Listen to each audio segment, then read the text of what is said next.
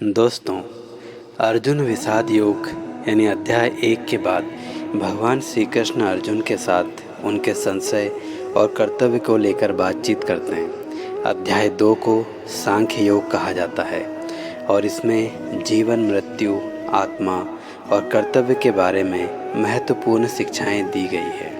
अध्याय 2 के मुख्य बिंदु हैं। पहला है अर्जुन की दुविधा।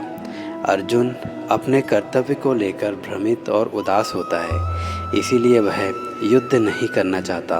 वह अपने गुरु और मित्र श्री कृष्ण से मार्गदर्शन चाहता है। दूसरा है आत्मा की अमरता। श्री कृष्ण अर्जुन को बताते हैं कि आत्मा अजर अमर है। आत्मा का न तो जन्म होता है न मृत्यु।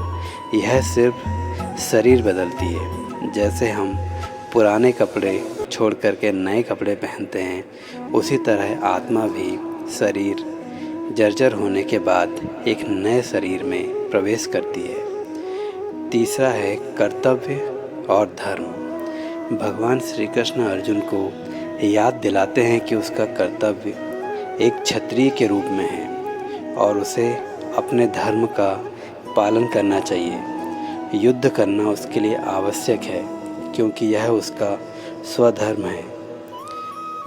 चौथा बिंदु है सांख्य योग। श्री कृष्ण ने सांख्य योग का परिचय दिया, जिसमें विवेक और ज्ञान के माध्यम से आत्मा की पहचान करने का महत्व बताया गया है।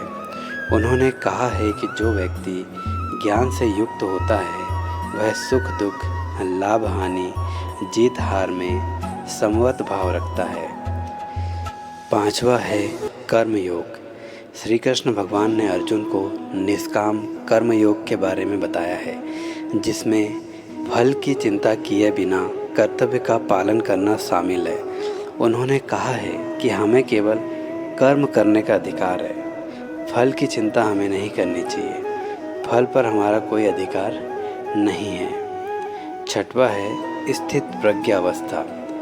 श्री कृष्ण ने स्थित प्रज्ञावस्था का वर्णन किया है, जो कि मनुष्य के मन की स्थिरता और शांति का प्रतीक है। जो व्यक्ति सभी परिस्थितियों में समभाव रखता है वह स्थित प्रज्ञ कहलाता है। इस प्रकार अध्याय 2 में श्री कृष्ण भगवान अर्जुन को आत्मा की अमरता, कर्तव्य पालन और निष्काम कर्मयोग की महत्ता के बारे में समझाते हैं। यह अध्याय अर्जुन की दुविधा को दूर करने और उससे अपने कर्तव्य का पालन करने के लिए प्रेरित करता है। जय श्री कृष्ण।